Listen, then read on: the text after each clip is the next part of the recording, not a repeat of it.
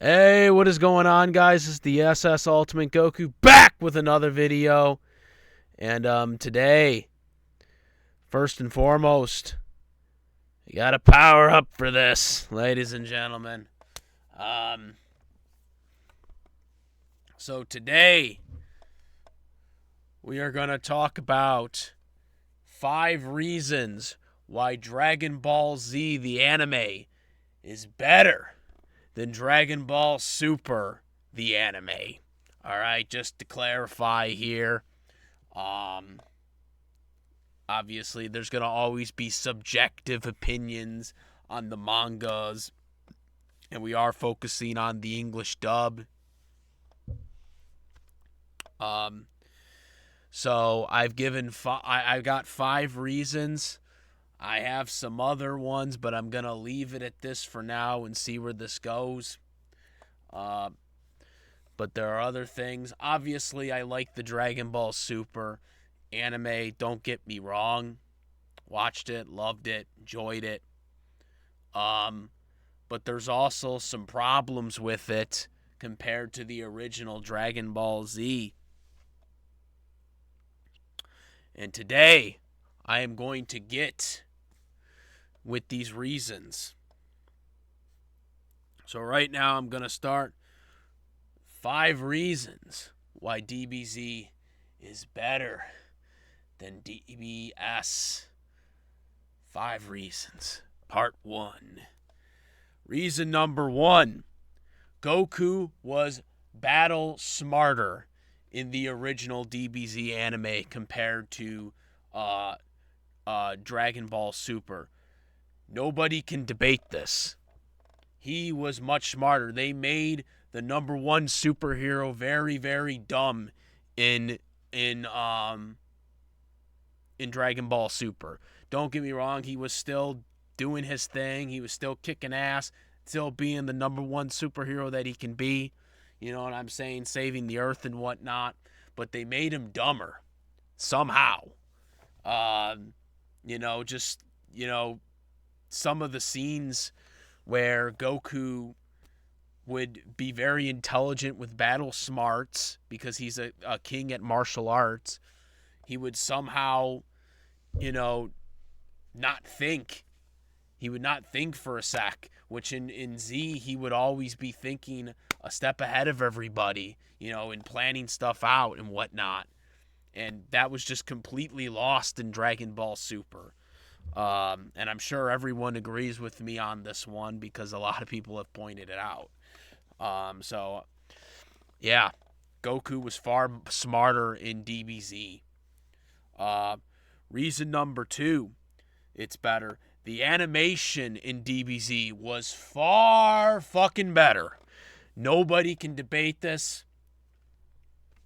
It is unquestionably that Dragon Ball Super's animation was very, very subpar, especially if you were watching the original Japanese broadcast, like a lot of some people were doing that here in America. We're watching it, illegally when it wasn't even licensed yet in the States.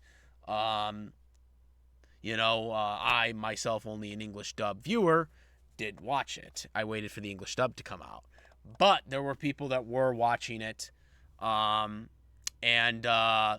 during this time period, what was mostly pointed out was the animation was atrocious. There was obviously it was fixed by the time it came on Toonami, but there was an episode where the battle with Super Saiyan 3 Goku and Beerus on King Kai's planet, which I have seen like a picture, like frame by frame comparison of it, and it looked atrocious. Atrocious. It looked like cartoony figure type things, that looked like some second grader drawing it. You know what I mean? So, it was fixed for Toonami's broadcast by that point, and it was also fixed for DVD and Blu-ray. But very, very atrocious, subpar. Most of this was due to them rushing the anime out. But, I mean, that's really not an excuse for an animation to suck that bad. You know what I mean there? I mean, these are top of the line drawers and animators, and even to put that out was pretty bad. They could have given a little better effort on that. Um, but if you go back to the Dragon Ball Z anime, the animation, it's superb. And I know this is going to be a nitpick, but in general, I personally thought the overall product animation was not nearly as good as DBZ, and that's mostly for most animes these days. I like the old school look of anime, like with for example, Pokemon's animation, Sailor Moon's animation, Outlaw Stars animation.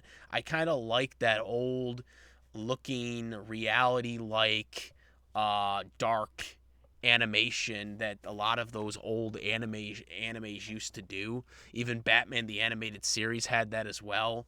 I kind of like that realistic look to it, and a lot of the modern animations, whether it be cartoons or Japanese anime, it seems like they try to make it more colorful. You know what I'm saying? And I'm kind of not really into that compared to the old stuff. Um, so I know a lot of people are going to use that against me because they're going to say that's just your own taste right there. But I kind of like that better. Even Yu-Gi-Oh also had that style as well too, because it kind of looks realistic. It kind of looks like a realistic animational tone that kind of looks real, despite it being an anime cartoon. Um, so I kind of looked like that better. Where the modern animation that they do today kind of looks way too colorful and it doesn't look as realistic. Um, but yeah, that's just kind of going on other stuff. But in terms of the animation that Super was giving us early on, it's subpar compared to what DBZ gave us for 291 episodes. So that's another reason. Um, Reason number three, the majority of the storyline plots were flushed out in Super. Like they weren't flushed out as good as they were in Dragon Ball Z. A lot of the storylines in Dragon Ball Z were perfectly aligned. Even the filler ones, which were very vastly entertaining. Um, you kind of went from the Saiyan stuff, then you went up to Frieza, Planet Namek, went up to Frieza. You had their time skip for the androids, and then you had your other stuff, even more, a little bit more for Cell, and then you had your long time skip for the Buu Saga. There was always like a consistent base tier. First two arcs of Super were kind of rushed because they were already put out as a movie and they were just redoing it. Um, and then after that, you had the Tournament of Power arc, which was decent, but again, it's not like the Tournament of Power was really a like threat type deal. It was just like, we're just gonna have like a tournament here, type deal. It was, we didn't really start getting to the action until the Goku Black arc. That was really when the action started to hit. We really started to see a serious threat, coming in, and people having to worry about shit. You know what I'm saying? And then of course you had the final tournament. I'm sorry, the Tournament of Power, the Tournament of Power arc, which was the finale arc. The Universe 6 tournament was the first tournament, which was it was just a bet between Beerus and Champa. So that wasn't that serious. The last two arcs were really the serious arcs, but throughout Dragon Ball Z, there was always a serious threat going on. You know what I mean there? So just seems more logical if you ask me. Why Z is better in that front. Reason number 4, the stupid plot hole of the Chi-Chi kiss thing. So, as we all know, Dragon Ball Super proclaimed that Chi-Chi never, or Goku proclaimed, and this goes on to another reason for number 1, on Goku's smarts.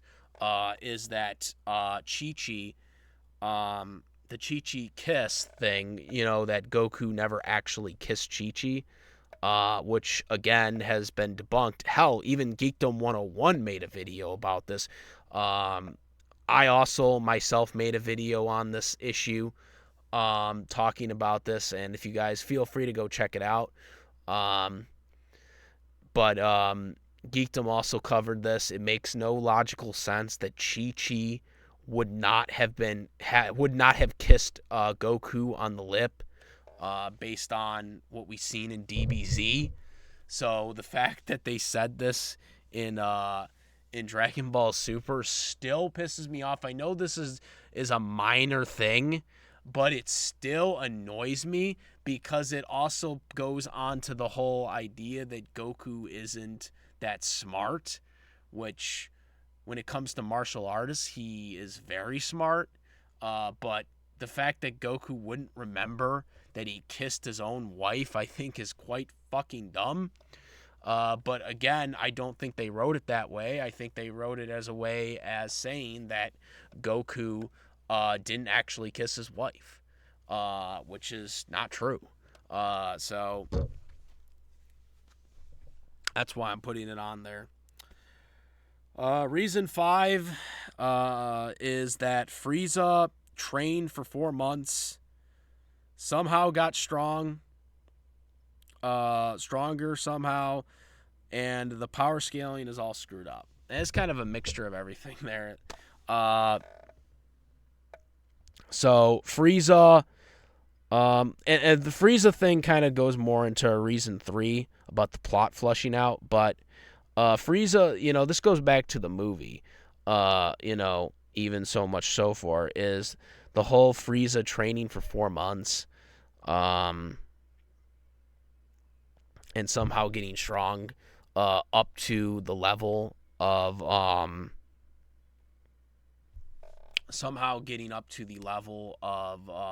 where all the Z fighters at, to me, still makes no sense.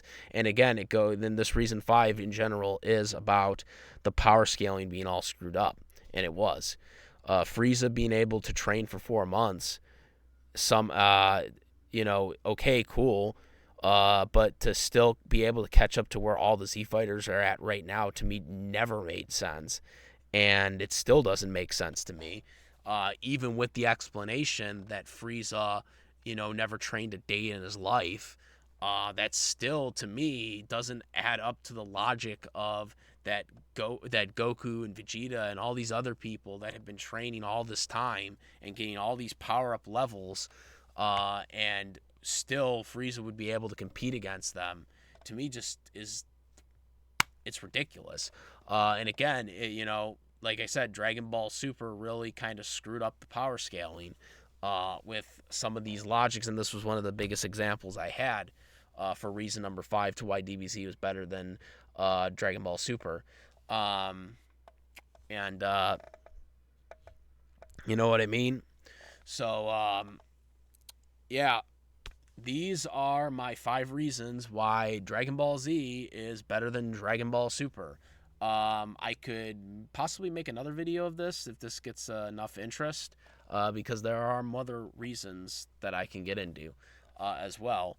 But yeah, guys, let me know what you guys think in the comment section. What do you guys think about this? Do you guys like this? Do you guys agree? What are your reasons of what you think of DBZ is better than DB Super? Or do you disagree? Do you think Super is better?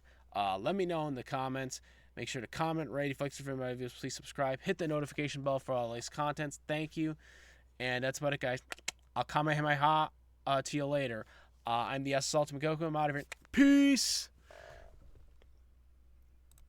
Also, make sure to subscribe to the channel, the SS Ultimate Goku. Follow the Twitch, the SS Ultimate Goku. Instagram, the SS Ultimate Goku. Also, Discord link. Wrestling, AEW, WWE. NFL, football, anime dubs, cartoons, live action movies, live action TV shows. Make sure to go to that Discord and discuss that stuff. And now I'm out. Peace.